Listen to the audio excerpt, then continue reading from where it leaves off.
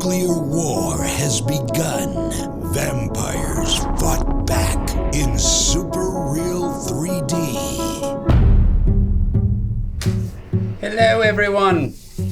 Welcome back to a new episode of The Rough Cut with Ash. I've been away, kind of. I haven't made a tutorial video for a little while.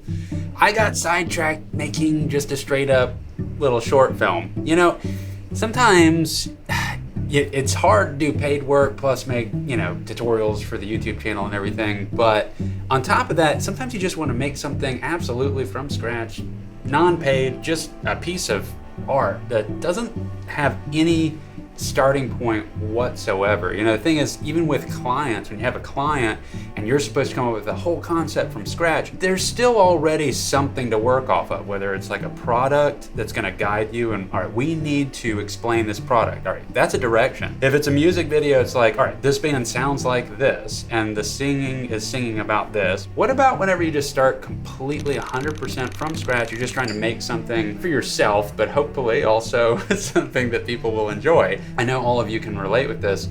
You have a ton of B-roll footage. You see something amazing happening or really neat or unique, or whether it's, even if it's just a bug outside and you're like, I got a macro lens, so that's gonna be awesome. And you go there and you try and capture that, but are you gonna make a video for that every time? And at first, maybe, but eventually, no. And eventually, you might even not film certain stuff that's film worthy to catch just because you're so overwhelmed with how much footage you have that you have done nothing with, and it's kind of just sitting there on hard drives, and your hard drives are filled up now with all this stuff, and when are you gonna get to go through it? And then when you do go through it, what are you gonna make? You just have this accumulation of all this footage that there's like, oh man, I remember I filmed that, and then, oh, I forgot I filmed that, and like, there's just all these cool things that have nothing to do with one another. And so what most people end up doing, and I've done this plenty too, is you get a song, you pick out a song, and then you just put pretty images to the music, and that can be really powerful and very cool and fulfilling. But eventually, when you've been doing this long enough, you kind of are yearning, you're craving something a little extra. You want to push the envelope on yourself a little bit more as a storyteller if you're trying to grow in that direction, to be able to, well, anyone should try to grow in that direction, because all I'm really talking about is being somebody that can come up with concepts. The more you explore and kind of feed your own artistic inspiration in like little side tangents, that spills over into more creativity for the client. So if you get so overwhelmed all the time that you're only doing paid projects, and you always have a starting point of some direction that's got to accomplish some specific thing, and you're not exploring yourself that much, especially if you're only just putting some images to music, you're not really growing for concept creation. And I think that that's like such an important skill that's like invaluable. Like only you can come up with the concepts that you do, unless you're just ripping people off, for a concept, which happens. A lot of people do that. But hopefully you're interested in being able to come up with concepts like that. That is for any client, like, oh, well, on top of them being able to hopefully film very well and like they know how to do a production, it's the ideas that they come up with. That I can't get with anyone else. So that makes you really unique. So this video, I had no idea what I was going to make. And this is why I wanted to make this video, because this is how I come up with a concept. And I've done this before several times, in particular the last one that I did that was very similar to this style of video, just something that's a really, I think, a positive message. It's somewhat meditative at times, and it was something called Moments. I just talked about that video in a couple of videos back, and I re-released it in 4K, and you can watch that, and I'm really proud of that piece. But the way that I came up with the idea for that, and the way that I came up with this is, the first thing is you got to just open up all that footage. Like, get all that random footage that has nothing to do with each other and put it into a Premiere Pro project if you use Premiere Pro. Whatever editing program you use, I'm Premiere Pro. And you start going through it and picking out pretty shots, of course, yes. But it's so important, like, while you're doing that, that you are thinking about, what does this thing have to do with this thing? What is something that I want to make right now? What is something that I want to put out to the world? What is it that you want to accomplish with it? You have to figure this out because you don't have a starting point. In this case, it's just you. So what are you gonna do with this stuff? Do you wanna make the video about you? Do you wanna make the video about people in general? Do you want to just make an animal video?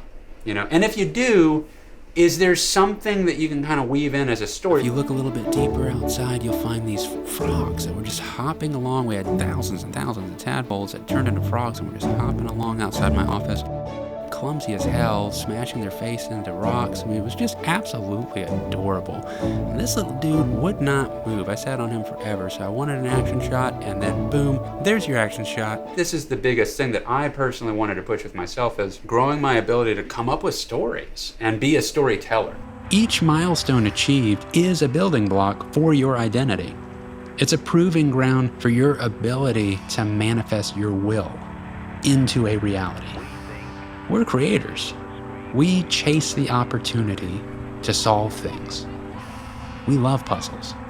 It really just grows you and how you can connect the dots. I mean, immediately already on some other projects that I've been discussing with other clients and stuff, I feel like the ideas are just firing off a lot faster because I went ahead and fed this thing that needs to be fed, which is like your artistic engine just sitting in there, your muse, whatever you want to call it. For me, the whole time I'm putting those questions forward on anything that I'm watching. So I'm not just judging the quality of the shot, but I'm judging what can it be used for. And then I also like to have music in the background. I have a membership for Artlist, and I've got a membership for Soundstripe. Both are annual memberships. They're just music libraries with a lot of actually really high quality music in it, and you can use it for like anything, which is pretty amazing. It's a lot cheaper than I definitely do buy a song at a time sometimes, usually from premiumbeat.com, which has some great stuff. I eventually came across this song. It was called Healer Might by Ben Noble, and it's just an acapella.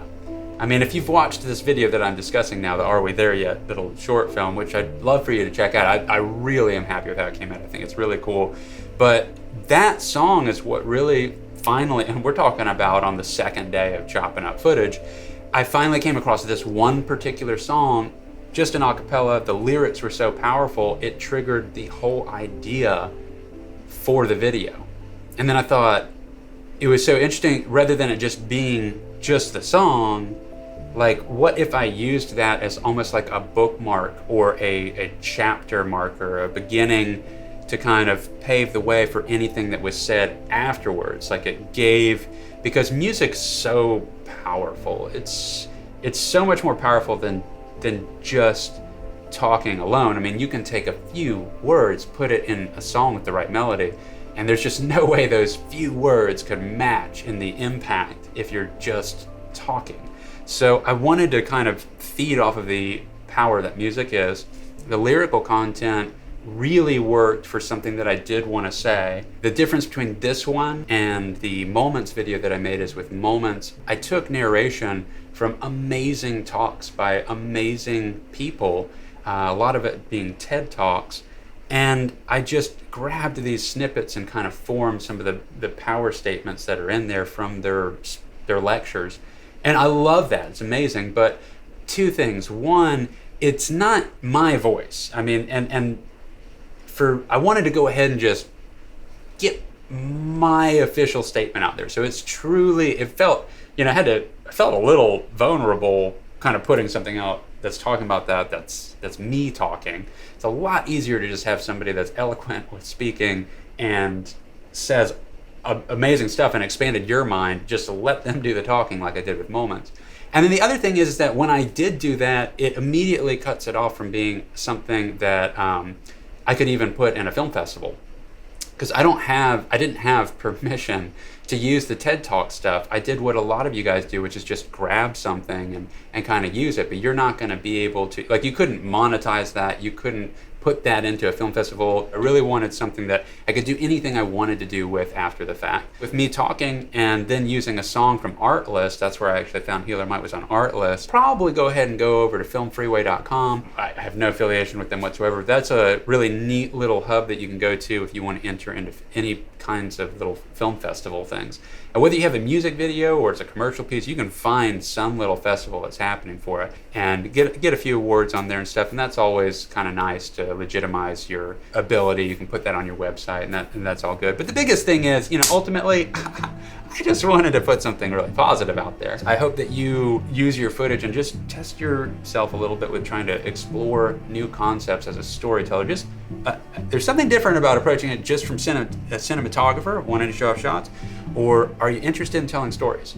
You know, and if you can tell stories, then you can come up with concepts. And if you can come up with concepts, I really think that's the biggest unique thing that you could have, because ultimately there's a lot of people out there that can make really pretty images and are, and the cameras are only getting better to do that. So I really think the way to stand out is going to come down to your concepts. All right, I'll catch you guys on the next one. Take care, and by all means, if you want to subscribe, fantastic. I really appreciate it. Or, you know, likes are always greatly appreciated too. Take care, guys. Peace. Movie voice.